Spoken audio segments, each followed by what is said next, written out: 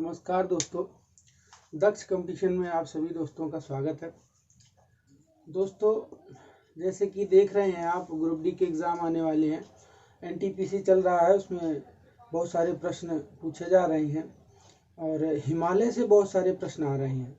इसलिए आज हम आप लोगों के लिए हिमालय लेके आए हैं और ये सभी एग्ज़ामों के लिए इम्पोर्टेंट है। जैसे एनटीपीसी है, रेलवे के सभी एग्ज़ाम हैं या स्टेट लेवल के सभी एग्ज़ाम हैं, सीटेट है, टेट है, सुपर टेट है। तो दोस्तों, बात करेंगे हिमालय के बारे में। तो जैसे आप सब लोगों को मालूम है कि हिमालय पर्वत जो है, हिमालय पर्वत के बारे में अगर बात करें तो भारत में उत्तर में स्थित है। हिमालय की अगर बात करी जाए तो भारत में ये कहाँ स्थित है? उत्तर में स्थित है। यानी ये कह सकते हैं कि उत्तरी भारत की अगर बात करें तो उत्तरी भारत का प्रहरी किसे कहा जाता है? तो उत्तरी भारत का प्रहरी, दोस्तों, उत्तरी भारत का प्रहरी किसे कहा जाता है? हिमालय को कहते हैं। यानी ये भारत के उत्तर में स्थित है और इसे उत्तरी भारत का प्रहरी कहते हैं। अब देखिए, हिमालय की अगर बात करी जाए तो हिमालय पर्वत कैसा पर्वत है? तो हिमालय पर्वत वलित है। कैसा है दोस्तों? वलित पर्वत है। हिमालय पर्वत वलित पर्वत है। अब यहाँ बात करता है कि हिमालय पर्वत का जन्म कैसे हुआ है। तो ये इसकी जगह पर पहले क्या हुआ करता था? तो देखिए, आप सब लोगों को मालूम है कि जो हिमालय है, हिमालय का जो जन्म है, हिमालय का जन्म टेथिस सागर के स्थान पर हुआ है। टेथिस सागर, यानी जहाँ हिमालय है वहाँ पहले कभी टेथिस सागर हुआ करता था। तो हिमालय का जन्म टेथिस सागर से हुआ है, ये लिख सकते हैं, या टेथिस सागर की जगह हुआ है। ये बात भी हम याद रख सकते हैं। तो हिमालय कैसा पर्वत है? वलित है। हिमालय का जन्म टेथिस सागर से हुआ है। अब देखिए दोस्तों, कहता है कि हिमालय में हिमधन आलय है। हिमधन आलय है। हिमधन आलय का अर्थ होता है बर्फ का घर। हिमालय को क्या कहेंगे हम? बर्फ का घर, यानी इसे बर्फ का घर भी कहा जाता है। ठीक है। और अगर हम हिमालय की जानकारी चाहें तो ले सकते हैं। तो हिमालय की जानकारी के बारे में अगर हम देखें तो हिमालय की लंबाई हमसे पूछ ली जाती है। इसकी लंबाई कितनी है? तो हिमालय की जो लंबाई है दोस्तों, वो कितनी है? 5000 किलोमीटर है। कितनी है? 5000 किलोमीटर है। हिमालय की लंबाई 5000 किलोमीटर है। अच्छा, हिमालय की अगर चौड़ाई हमें बतानी हो कि इसकी चौड़ाई कितनी है, तो दोस्तों आप सबको पता है कि इसकी चौड़ाई जो है वो 240 किलोमीटर है। ये इसकी चौड़ाई है दोस्तों। अगर हिमालय की ऊंचाई पूछी जाए, कहता है कि हिमालय की ऊंचाई कितनी है, तो इसकी जो ऊंचाई है वो 2000 दोस्तों मीटर है इसकी ऊंचाई। और दोस्तों, इसका क्षेत्रफल कितना है? अगर इसके क्षेत्रफल की बात करें तो इसका क्षेत्रफल है 5 लाख वर्ग किलोमीटर। 5 लाख वर्ग किलोमीटर ये इसका क्षेत्रफल है दोस्तों। ये हिमालय का क्षेत्रफल है। ठीक है। तो अब दोस्तों, हमें पता है कि हिमालय को समझना है अगर हमें, तो हिमालय को समझने के लिए, अच्छी तरह से जानने के लिए, इसको हम 3 भागों में बांट लेते हैं। ठीक है। तो हिमालय को 3 भागों में बांटते हैं। देखिए, इसको समझने के लिए इसको हम 3 भागों में बांटते हैं। तो 3 भागों में अगर हम इसको बांटें तो इसका पहला भाग जो होता है वो कहलाता है वृहत हिमालय। क्या कहलाता है? वृहत हिमालय, जिसको आप हिमाद्री भी कहते हैं। क्या कहते हैं? हिमाद्री। इसको हिमाद्री कहा जाता है, यानी ये वृहत हिमालय है। जबकि दूसरा भाग जो होता है, जिसको आप कहते हैं मध्य हिमालय। क्या कहते हैं? मध्य हिमालय कहते हैं, जिसको आप हिमांचल भी कहते हैं। क्या कहते हैं? हिमाचल भी कहते हैं। यानी राजा दक्ष यहीं के राजा थे, हिमाचल कहते हैं। जबकि इसका तीसरा जो भाग होता है, जिसको आप कहते हैं प्रायः द्वीपीय। क्या कहते हैं दोस्तों? कहते हैं इसको आप प्रायः द्वीपीय। तो इसको आप कह सकते हैं प्रायः द्वीपीय हिमालय। ये प्रायः द्वीपीय हिमालय कहलाता है। ठीक है। तो इसको समझने के लिए हम इसको 3 भागों में बांट लेते हैं ताकि हम इसको आसानी से समझ सकें दोस्तों। तो अब अगर हम इसके पहले भाग की बात करें, यानी हम अगर इसके वृहत भाग की बात करें, वृहत हिमालय, तो वृहत हिमालय की अगर बात करी जाए या हिमाद्री की बात करी जाए, वृहत हिमालय या हिमाद्री की बात करी जाए, तो इसकी अगर हम बात करते हैं दोस्तों, तो देखिएगा कि यह कहाँ पर स्थित है। तो यह भारत के सबसे उत्तर में, ये भारत के सबसे उत्तर में स्थित है दोस्तों, ये स्थित है। और ध्यान देना है कि यह हिमालय की सबसे बड़ी श्रेणी है। ये हिमालय की सबसे बड़ी श्रेणी है, ये बात भी हमें याद रखनी है। तो हिमाद्री कहाँ स्थित है दोस्तों? उत्तर में। हिमालय की जो सबसे बड़ी श्रेणी है वो हिमाद्री है और वो भारत के उत्तर में स्थित है।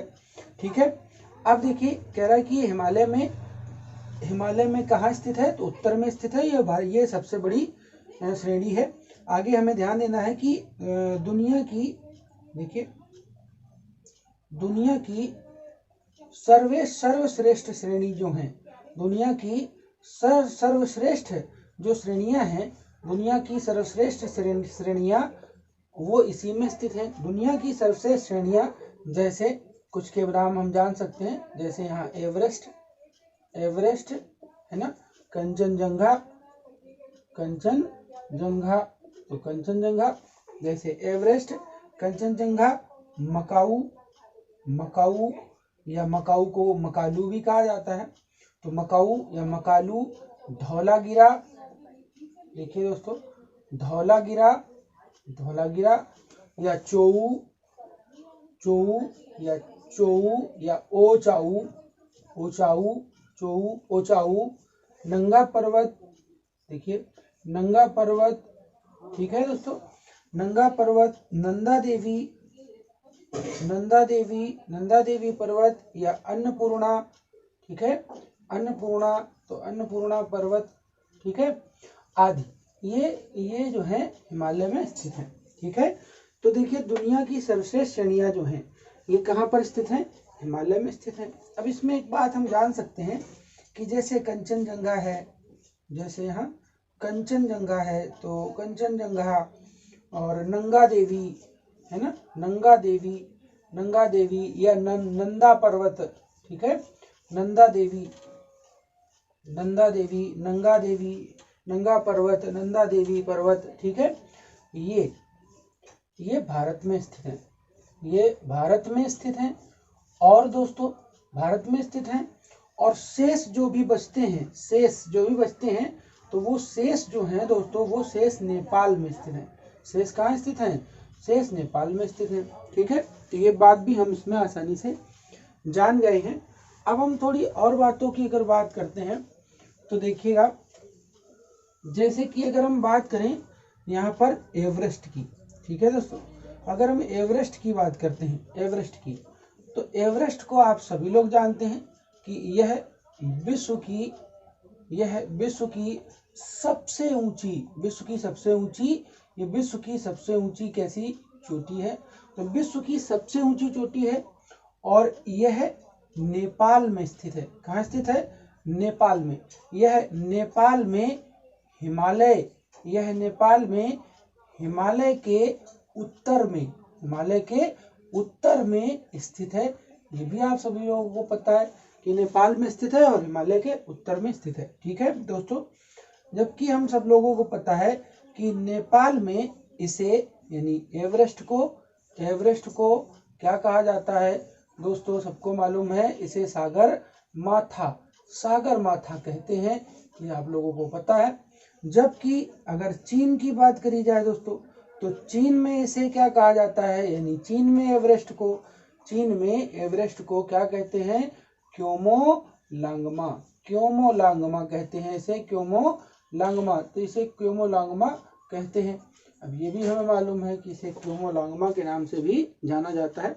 और दोस्तों कहाँ जाना जाता है भाई? कहाँ जाना जाता है? चीन में। तो चीन में से क्योमोलांगमा कहते हैं। हाँ, और नेपाल में क्या कहेंगे इसे? तो नेपाल में से क्या कहेंगे? तो नेपाल में से कहते हैं हम सागर माथा। ठीक है, इसके बाद हम जानेंगे कि एवरेस्ट की ऊंचाई कितनी है। तो एवरेस्ट की अगर ऊंचाई की बात करी जाए, बताओ भाई एवरेस्ट की ऊंचाई कितनी है? तो देखिए एवरेस्ट की ऊंचाई की अगर बात करी जाए तो ये ऊंचाई कितनी है? तो एवरेस्ट की जो ऊंचाई है दोस्तों, ध्यान दीजिएगा, अगर इसकी औसत ऊंचाई की बात करी जाए तो इसकी औसत ऊंचाई जो है वो 8,848 मीटर है। ये इसकी औसत ऊंचाई है। जबकि अगर ये पूछता है कि इसकी वर्तमान ऊंचाई कितनी है, इसकी वर्तमान ऊंचाई 8,852 मीटर है, ये इसकी वर्तमान में ऊंचाई है। ठीक है, तो पता चला नेपाल में स्थित है ये माउंट एवरेस्ट, इसकी ऊंचाई कितनी है, इसे वहां क्या कहा जाता है, ये सब बातों की जानकारी हमें हुई। इसके बाद हम दोस्तों बात करेंगे कंचनजंगा की।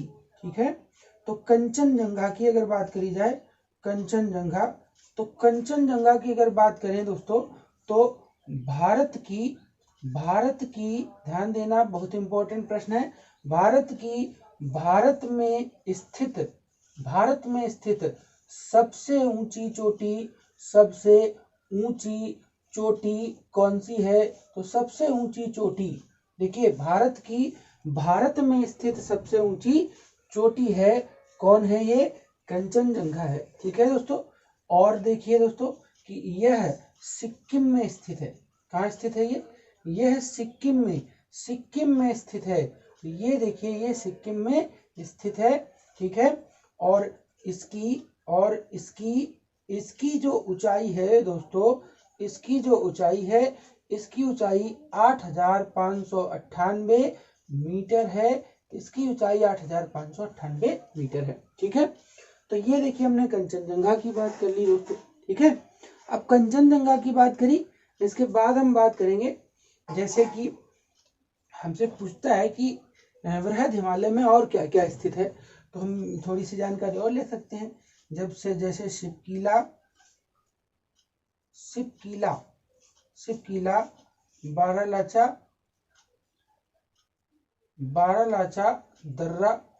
ठीक है, शिवकीला, बारालाचा दर्रा, अब ये सबको मालूम है कि शिवकीला और बारालाचा दर्रा जो है, ये कहाँ स्थित है, हिमाचल में स्थित है, और हिमाचल में स्थित है, और ये कहाँ स्थित है, हिमालय में। ठीक है, तो हिमालय में स्थित है। आप सभी लोगों को पता है कि ये कहाँ पर स्थित है, तो ये हिमाचल में स्थित है।